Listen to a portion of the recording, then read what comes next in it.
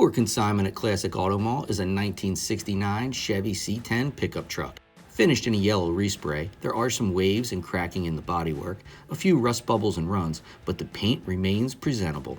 The chrome is in overall good condition, along with badging and trim. Under the hood, in the clean but patinaed engine bay, sits a 350 V8 with a Holley 4-barrel carburetor. A 3-speed automatic TH350 transmission is attached to the back of the engine, and a 12-bolt rear is in the back.